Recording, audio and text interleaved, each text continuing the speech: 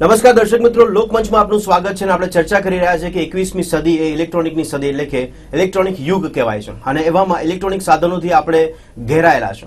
પણ સવાલ અહીંયા એટલા માટે કરી રહ્યા છે કે આપણા ત્યાં લોકશાહીની વાત કરવામાં આવે ને એમાં એક મતાધિકાર આપવામાં આવ્યો છે પ્રજાને અને આ પ્રજા જે છે મતાધિકારનો ઉપયોગ કરતા પણ હોય છે. પણ પ્રજા અથવા તો વ્યક્તિગત રીતે કોઈ પણ વ્યક્તિને કદાચ ખ્યાલ નથી આવતો કે આપણે જે પક્ષને વોટ આપીએ છીએ એ એનું કન્ફર્મેશન નથી મળતું. એટલા માટે ઘણા બધા આક્ષેપો થાય છે.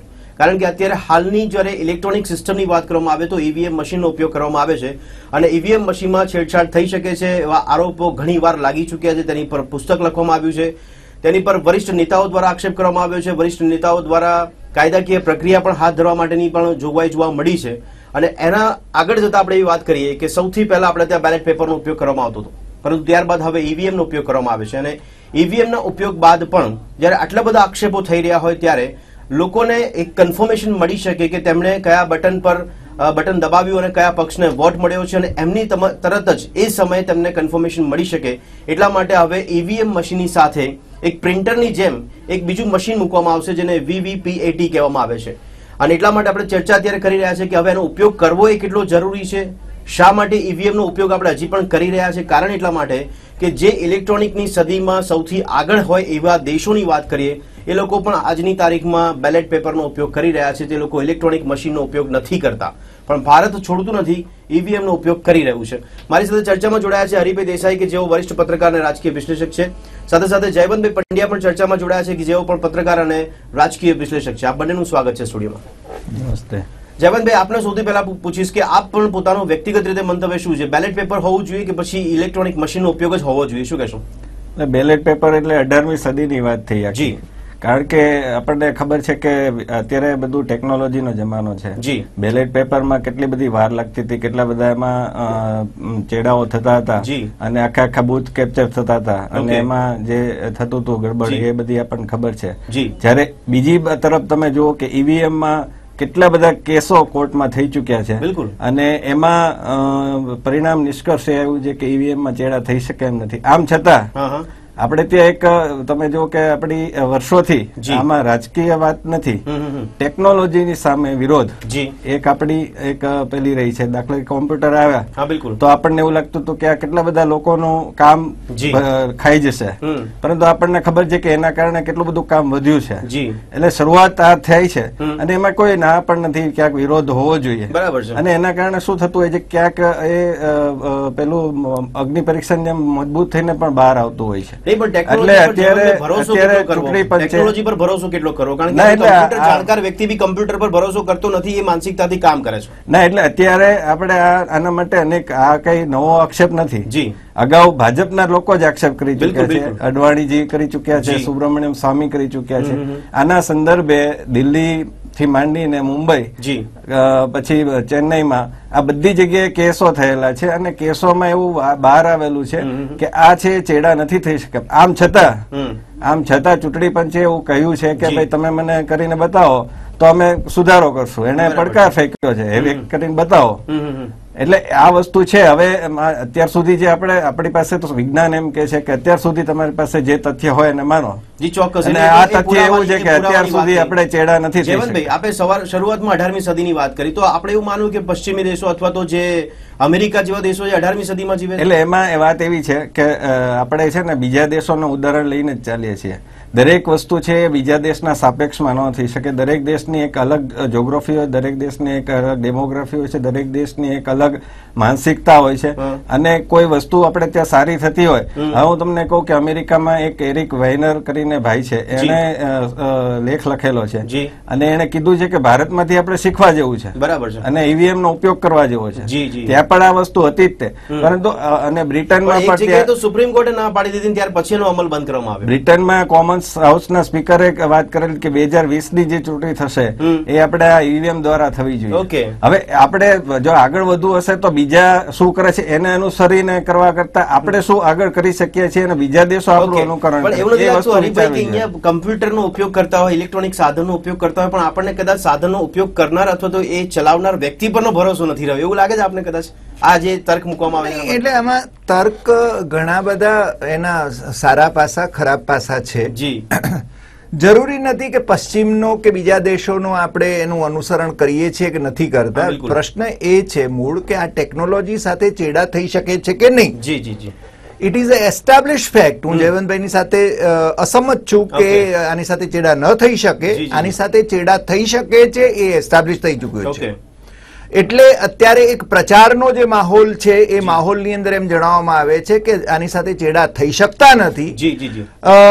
જર્મનીએ એને સંપૂર્ણપણે બેન કરી દીધું છે. ચોક્કસ.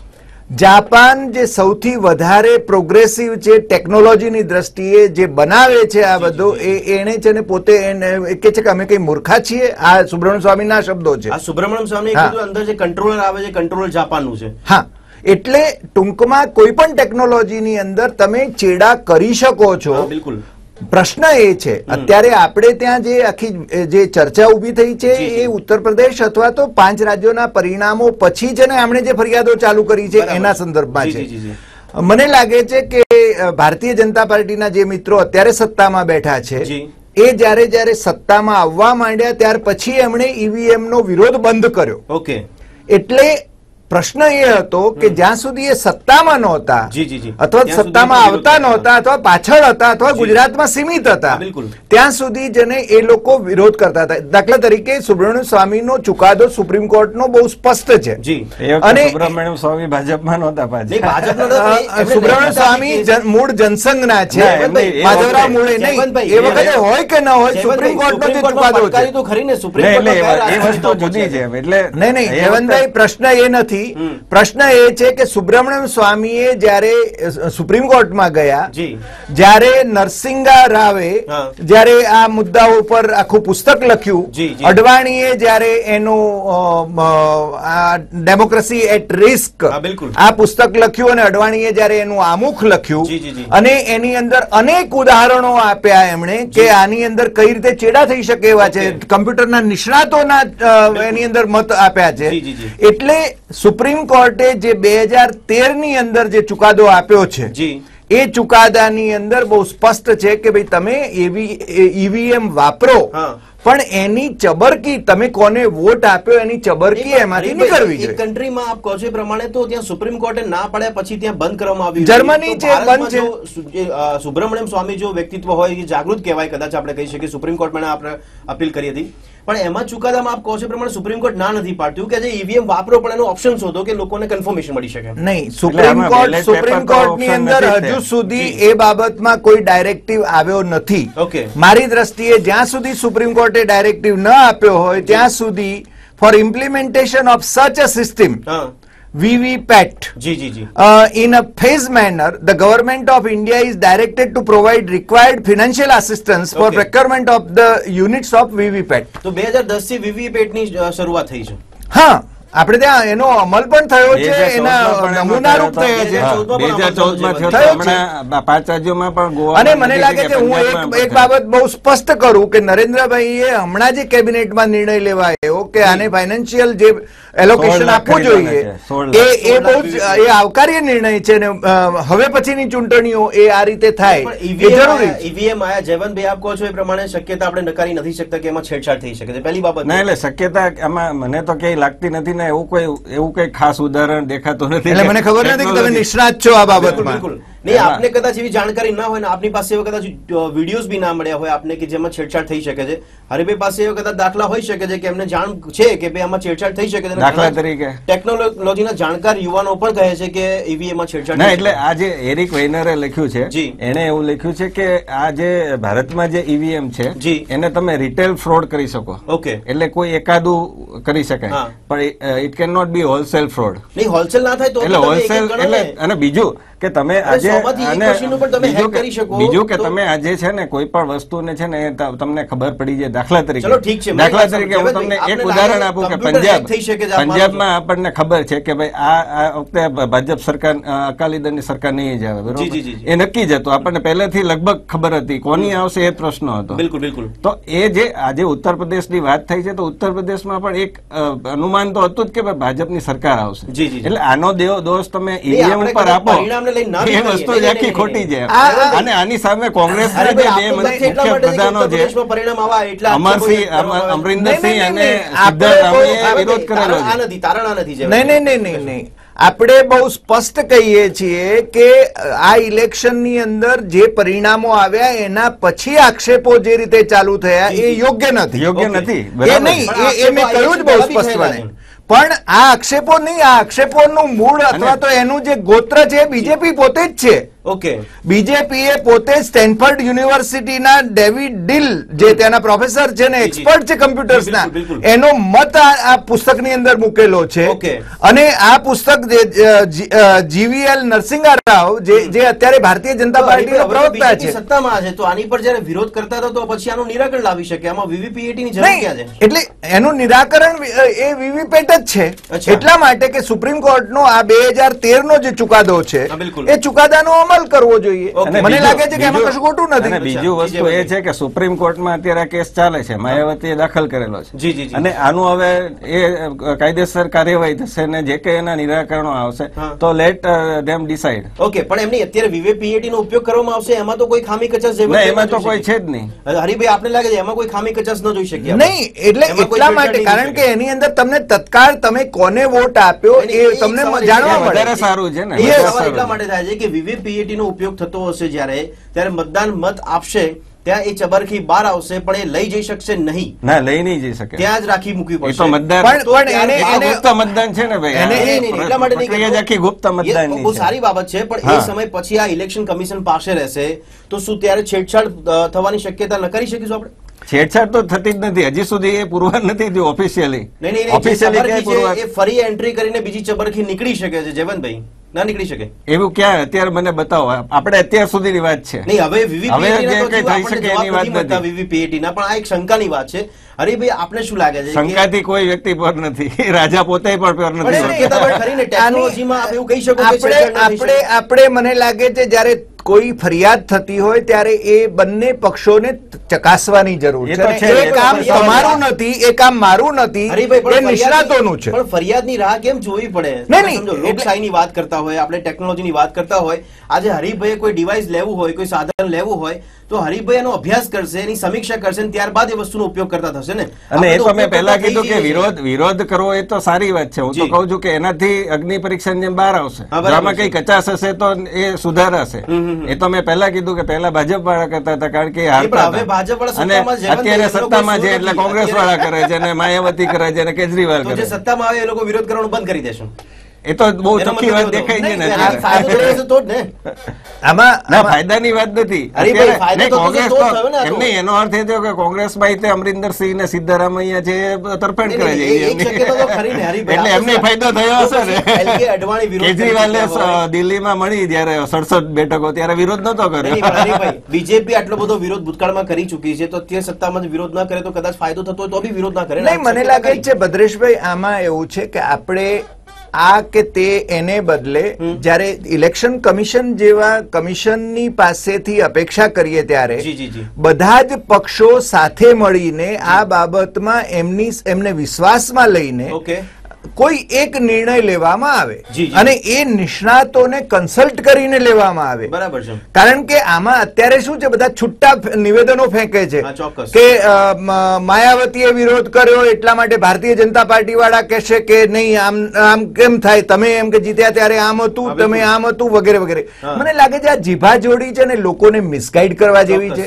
હમણાં ભુવનેશ્વરમાં પણ અમિત શાહે કહ્યું કે UPA 1 અને UPA 2 જયારે સરકાર આવી ત્યારે પણ જેને ઈવીએમ જ વપરાયા હતા.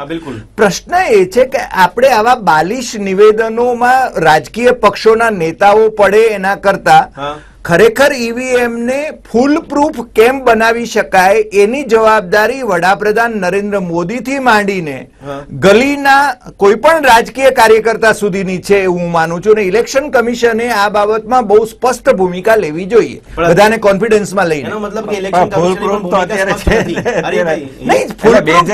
તમે કહી રહ્યા છો, તમે નિષ્ણાત છો કદાચ. હું નિષ્ણાત નહીં, મને ખબર નથી.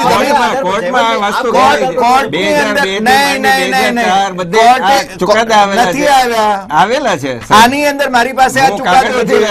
હું લાવ્યો છું આ ચુકાદો. આ સુબ્રમણ્યમ ચુકાદો છે, આ સુપ્રીમ કોર્ટનું જજમેન્ટ છે. કોર્ટમાં અત્યારે સુબ્રમણ્યમ સ્વામી જાહેરમાં બોલી ચુક્યા છે કે સુબ્રમણ્યમ સ્વામી તો બોલ્યા છે, એ તો ઘણું બધું બોલે છે, સોનિયા ગાંધી વિશે પણ ઘણું બધું બોલે છે. એનો અર્થ એ નથી કે સાબિત થઈ ચુક્યું છે. સુપ્રીમ કોર્ટની મેટર પર જુઠ્ઠાણું તો ન ફેલાવે ને. આપણે આ સુપ્રીમ કોર્ટનું જજમેન્ટ છે ને આ છેલ્લું જજમેન્ટ છે. Again, now this ball is in Supreme Court's હા બરાબર છે કોર્ટ. પણ સુપ્રીમ કોર્ટે બી એવું જ કીધું જયવંતભાઈ, એટલે અત્યારે હવે ફરીથી આનું થશે, નિરાકરણ આવશે. નહીં, આને જસ્ટિફાઈ કરો કે લોકોને જે ભરોસો નથી રહેતો અથવા આક્ષેપ થાય છે, લોકોને એટલે કોણ? લોકો પ્રજાની વાત છે ને. મને એમ લાગે છે હરિભાઈ, જયવંતભાઈ કે છે પ્રમાણે આપણે શું લાગે હરિભાઈ કે આ પ્રકારના ચેડા થાય છે કે નથી થતા એની શક્યતા ઘણા લોકો માને છે, ઘણા લોકો નથી માનતા, પણ પ્રજાને ક્યાંક નુકસાન છે ખરી આ પદ્ધતિમાં? ઓબ્વિયસલી, અને પ્રજાને રસ હોવો જોઈએ અને પ્રજાને જગાડવી જોઈએ આ બાબતમાં. અને હું એમ માનું છું કે સુપ્રીમ કોર્ટ આમાં ચુકાદો આપે કે ન આપે ઇલેક્શન કમિશનની જવાબદારી છે. સુપ્રીમ કોર્ટની માથે તમે કેટલા કામો નાખશો? ચૂંટણી પંચે તો ઓલરેડી જવાબ આપી દીધો છે સાહેબ, અને એને પડકાર પણ ફેંક્યો છે કે આમાં તમે કઈ ખોટું હોય તો સાબિત કરી બતાવો. આનાથી વિશેષ શું કરે? નહીં, પણ સુપ્રીમ કોર્ટની વાતને જો લોકો નકારવાની વાત કરતો તો ઇલેક્શન કમિશન કહી દે સાચું જ માની લેવું, એને પડકારવું નહીં. સુપ્રીમ કોર્ટ તો ચાલશે જ ને, સુપ્રીમ કોર્ટ ને તો કોઈ ન નકારી શકે. સુપ્રીમ કોર્ટે નોટિસ આપી છે કે આની અંદર ચેડા થઈ શકે કે કેમ એ શક્યતા વિશે તમે જવાબ આપો. બિલકુલ. હા, એટલે સુપ્રીમ કોર્ટ ટૂંકમાં સુપ્રીમ કોર્ટે જો એ ન ચેડા થઈ શકે એમ હોય તો સુપ્રીમ કોર્ટે કહ્યું હોત કે ભાઈ ચેડા થઈ શકે એમ નથી. કોર્ટ કોઈ દિવસ એવું ન કહે. કોર્ટ છે સાંભળીને જયવંતભાઈ, એ પણ મને કાયદાની એ જોગવાઈ તો મને ખબર છે. નહીં, જયવંતભાઈના કહેવા પ્રમાણે ઇલેક્શન કમિશને કહી દીધું એટલે તથ્ય આવી ગયું. નહીં, એવું થોડું માની શકાય. એવું કોણ કહે છે? એવું થયું ને, તમે કીધું ઇલેક્શન કમિશન. આપણે વાત એ હતી કે ઇલેક્શન કમિશન કઈ કરતું નથી એની વાત હતી. નહીં, પણ ઇલેક્શન કમિશને કર્યું ને, એમણે ખાલી કહી દીધું કે ભાઈ સ્ટેટમેન્ટ આપી દીધું કે ઈવીએમ માં છેડછાડ શક્ય નથી. ના, માત્ર સ્ટેટમેન્ટ નથી આપ્યું, એને બધું આખું એને કઈ રીતે શું કામ કરે છે, આખી બે યુનિટ હોય છે, કઈ રીતે શું કામ કરે છે, આખી એને પ્રોસેસ આપી છે. અને ઉપરાંત એને પડકાર ફેંક્યો છે કે તમે મને સાબિત કરી બતાવો કે આ હેક થઈ શકે છે. જો એ કોઈ એમાં પડકાર ઝીલશે અને કરશે તો એ સારી વાત છે કે ભાઈ આ કચાશ હશે તો એ રાજકીય નેતાઓ અફવા ફેલાવી રહ્યા છે. મને ભૂતકાળમાં બીજેપી ફેલાવતું તો ત્યારે અન્ય પક્ષો ફેલાવે છે. નહીં, કોઈ પણ ને શંકા વ્યક્ત કરવાનો અધિકાર છે. બિલકુલ છે.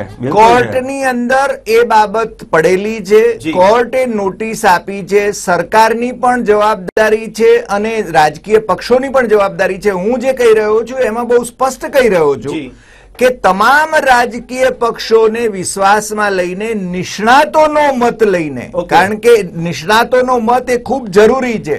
આની અંદર ભારતીય જનતા પાર્ટી જયારે વિરોધ કરતી હતી ત્યારે પણ એને નિષ્ણાતોના મત મૂક્યા છે. એટલું જ નહીં, આ ભારતીય જનતા પાર્ટીએ જયારે પુસ્તક પ્રકાશિત કર્યું ત્યારે વોશિંગ્ટન પોસ્ટે શું કહ્યું છે, ન્યુયોર્ક ટાઈમ્સે શું કહ્યું છે, જર્મનીમાં શું વ્યવસ્થા છે, અમેરિકાના રાજ્યોમાં શું વ્યવસ્થા છે, આ બધી વાતો એને લખી હતી. એટલે એ પછી હવે સત્તામાં આવ્યા પછી એમનું બધું ખોટું થઈ ગયું. બીજેપી ભૂતકાળમાં કહી ચૂકી છે કે ઈવીએમ માં છેડછાડ શક્ય છે, એ લોકો પોતે માનતા થઈ ગયા. તો આપણે વાત થઈ જ છે કે જે પાર્ટી હારે છે, જે પક્ષ હારે છે એ એમાંથી, અને અડવાણીજી એ કરેલું છે. અને હારવાની વાત ક્યાં, એટલે બીજેપી સામે હારતી હતી એટલા માટે વિરોધ કરતી હતી. એમાં એને શંકા લાગી છે જે પક્ષનું નેતૃત્વ હોય છે ત્યારે જે વાત હોય છે. બાકી આ લાવનાર કોણ છે?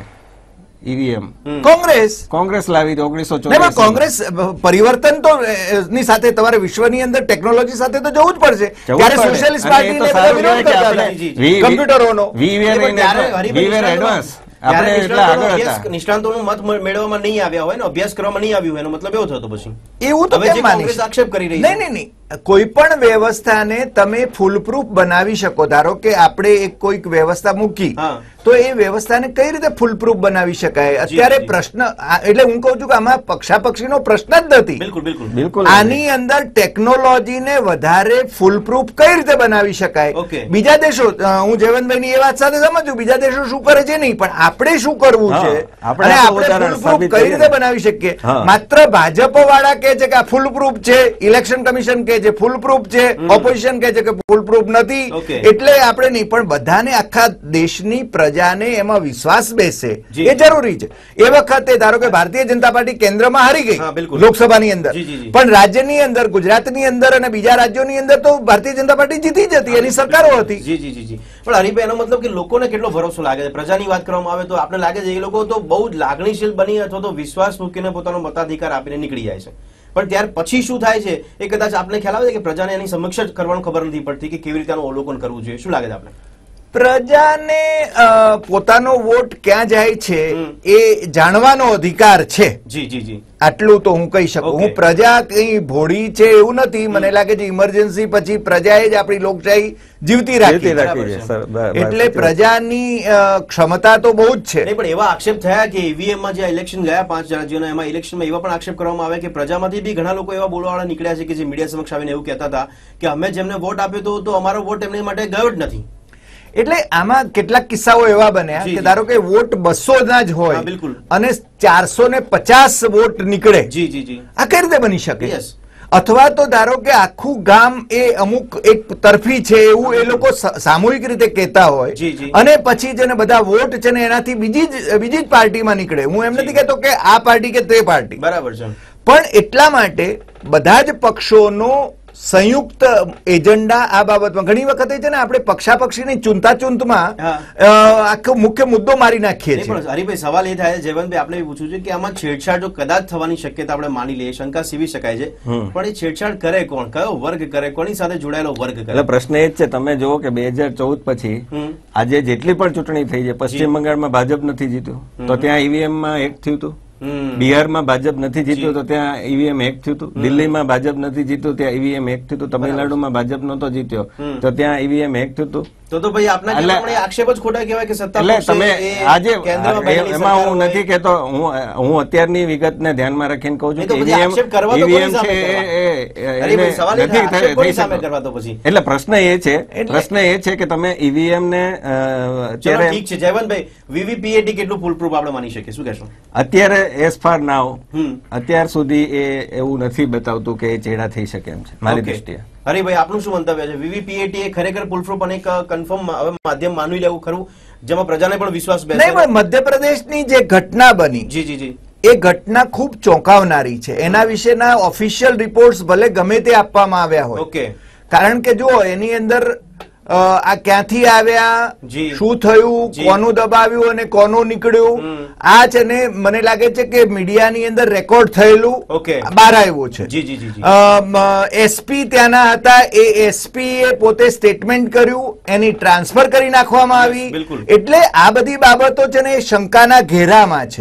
પછી રિપોર્ટ ઓફિશિયલી જે રિપોર્ટ કરવામાં આવે કે ઇલેક્શન કમિશનને રિપોર્ટ કરે, મારે ઇલેક્શન કમિશન ઉપર કોઈ આક્ષેપો એટલા માટે નથી કરવા કે election commission is a constitutional body. નહીં, પણ એમાં બી શંકા જાય છે, ઘણા રાજકીય પાર્ટીઓ શંકા જાય છે. જયવંતભાઈ, શોર્ટમાં છેલ્લું આપો, આખી શું કહેવા માંગતા? ભીંડમાં જે થયું ને એ નરોવા કુંજરોવા જેવું હતું. એટલે મીડિયાના એક વર્ગે જે રજૂઆત કરીને એમાં એનો વિડીયો છે યુટ્યુબ ઉપર કે એમાં કોંગ્રેસનું પણ નીકળ્યું હતું અને જ્યાં એ ગમ્મતમાં કીધેલું ત્યાંના જે શાલિની સિંહ હતા એને કે ભાઈ જો આ છાપી નો નાખતા કે આ બટન દબાવો તો આ જ નીકળે. એ ગમ્મત કહેવાય, એ આખી પેસ્ટ કરી એમને બદલી થઈ જતી તો કેટલી ગમ્મત કહેવાય. ગમ્મત કદાચ બદલી બી થઈ જાય, યુટ્યુબ ઉપર છે આખું. ઠીક છે, એક નિષ્કર્ષ એવો આપણે કાઢીશું કે ઇલેક્ટ્રોનિક જમાનાની વાત કરતા હોય આપણે જો, તો સવાલ એ થઈ રહ્યો છે કે આજની તારીખમાં પણ કોઈ પણ કમ્પ્યુટર ઉપયોગમાં લેતા હોય, એટીએમ કે ક્રેડિટ કાર્ડનો ઉપયોગ કરતા હોય, એ લોકોને પણ શંકા જાય છે કે એમને બીક લાગે છે, એમને ડર લાગે છે, કદાચ ભણેલા ગણેલા હશે તો પણ, કે આમાં છેડછાડ થઈને બેંકમાંથી ડેટા પણ હેક થઈ જતા હોય, એટીએમ માંથી પોતાના ખાતામાંથી પૈસા ઉપડી જતા હોય, તો પછી કેમ સવાલ ન થાય કે ઈવીએમ માં પણ છેડા થઈ શકે છે? કેમ સવાલ ન થાય